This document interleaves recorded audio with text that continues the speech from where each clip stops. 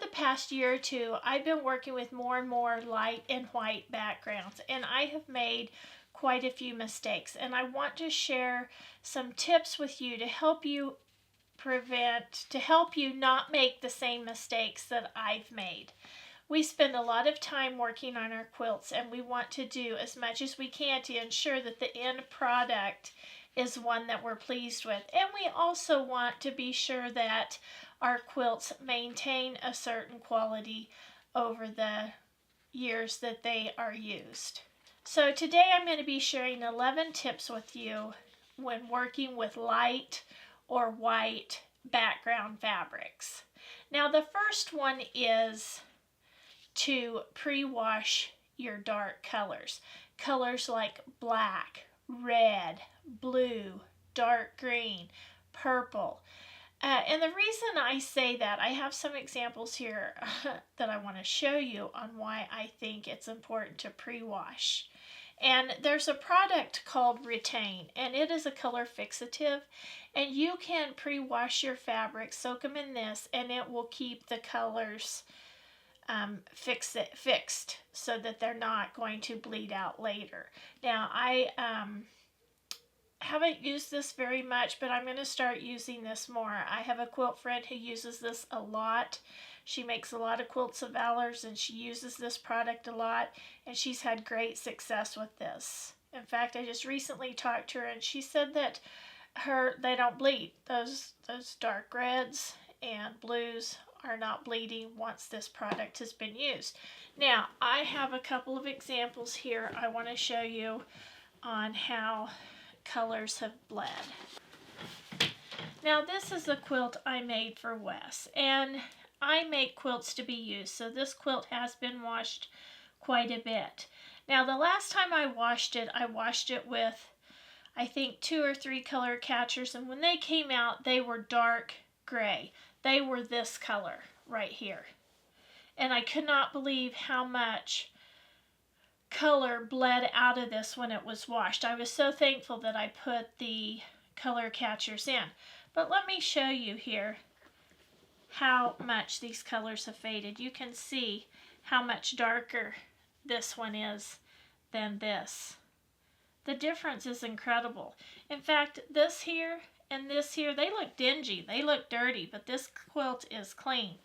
And look here on the whites. Look how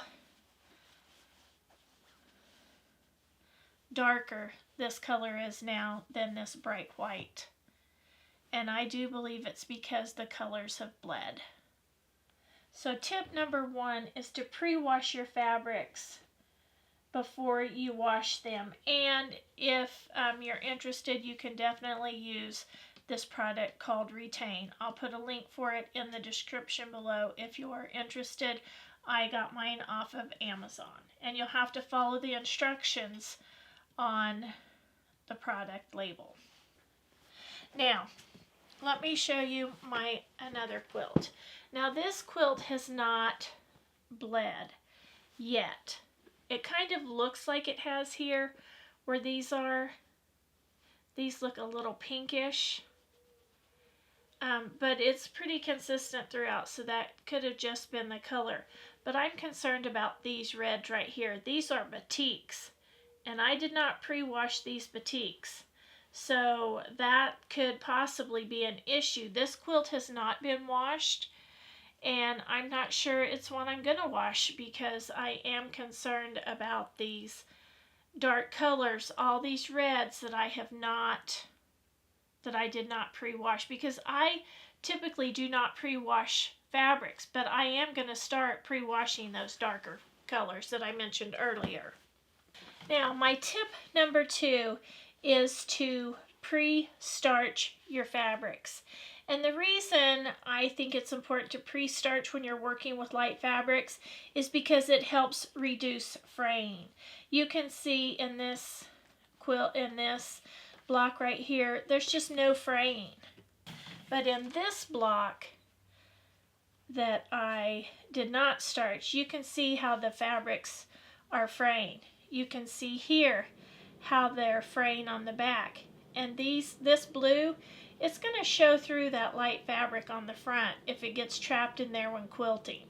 So I think it's important to pre-starch to help reduce fraying. Also, the pre-starching fabric, the starch helps prevent stains, and it also helps the stains wash out easier.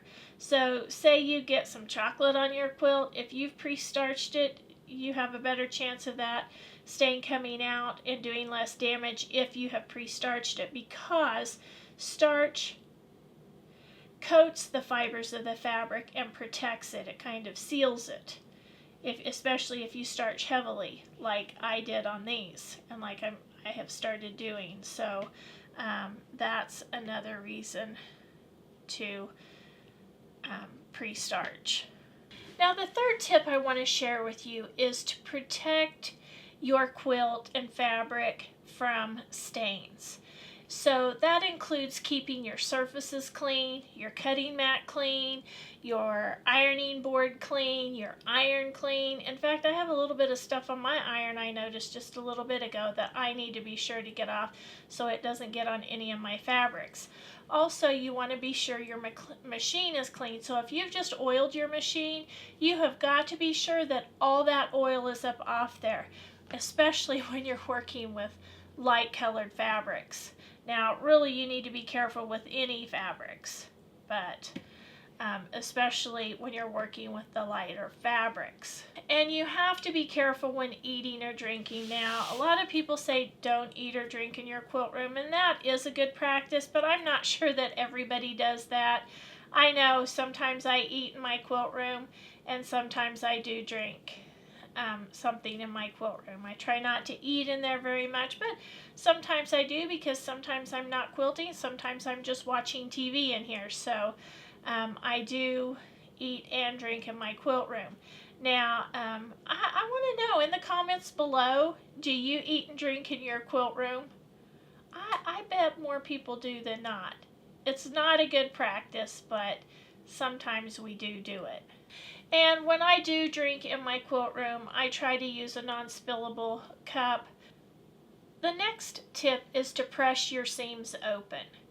And I have not been one to press my seams open until lately. But it really is just a must when you're working with light fabrics. Now, when you pre-starch, it makes pressing those seams open much easier. And you can see here how nice and flat that looks. In fact, I have a video out about pre-starching and pressing your seams open, so I'll put a link and you can watch that if you're interested and if you haven't already watched it. But you do want to be sure the seams are pressed open as much as you can. Now, if you're going to press them open, you probably should decrease your stitch length so that you have more stitches in there to help keep that together, especially since you're pressing the seam open. Now, in areas where you can't press your seams open, you may want to trim that dark fabric a little bit, and I'm going to show you why. I have a couple of quilts here that I did not press the seam open, and I did not trim the the darker fabric, and you can see the red peeking through. So let me show you why you want to be sure to either press open, or if you can't, be sure you trim that darker fabric. Right here, you can see the red fabric showing on the other side of the white. You can also see it here. Now, when I made this quilt, this was one of my first quilts when I first started quilting, so I didn't know. You can see the red peeking through there also. Now, most people aren't going to notice that, but as quilters we do.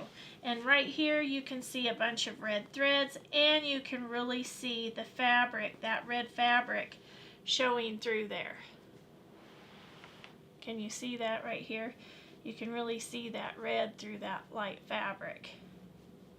Now, this was a quilt that I did a long time ago, so I really didn't know then, but that's just a good example to show you why you need to press them open or press to the dark,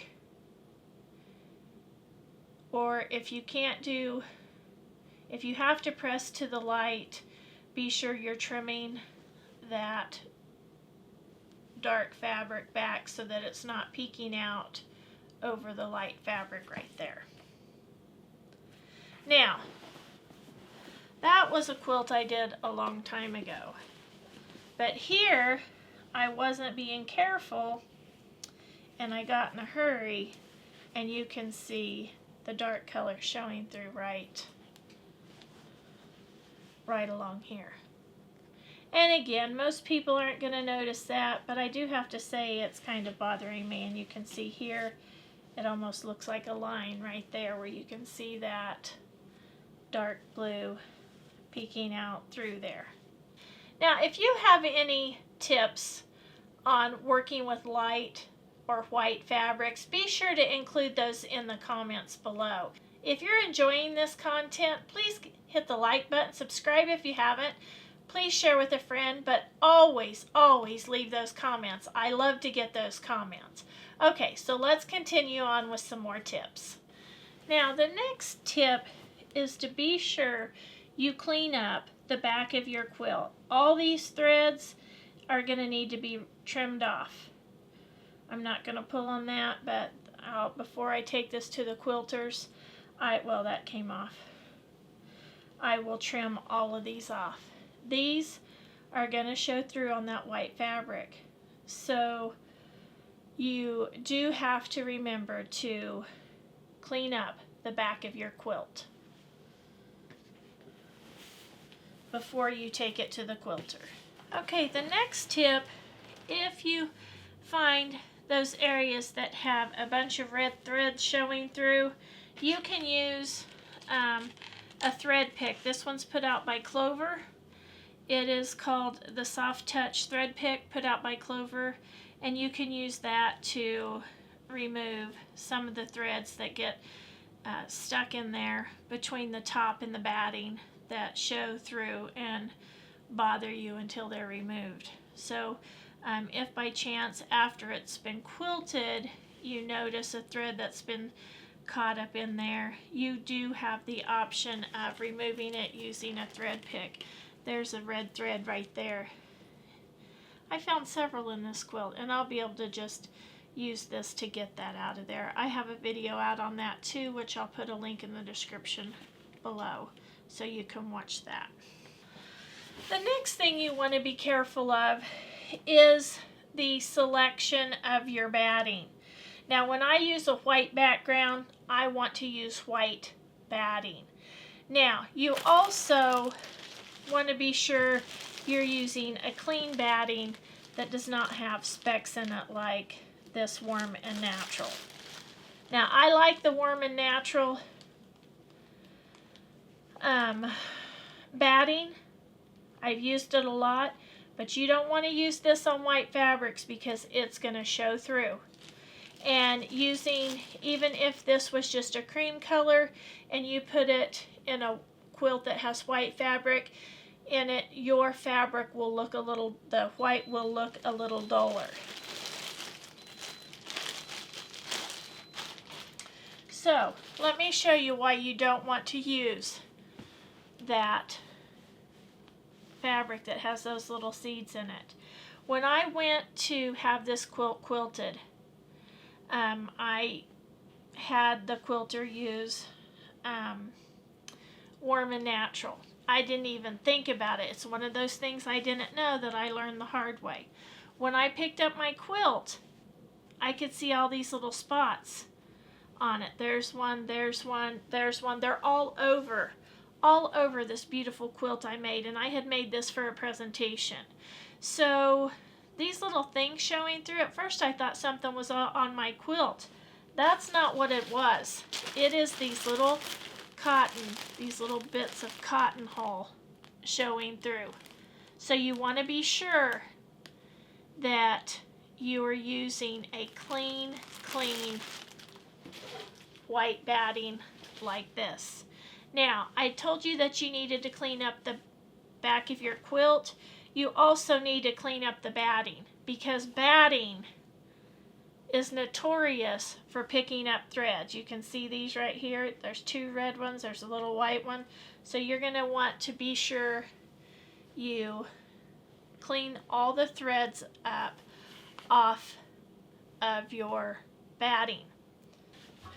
Now, the 10th tip I want to share with you is to be sure to use color catchers.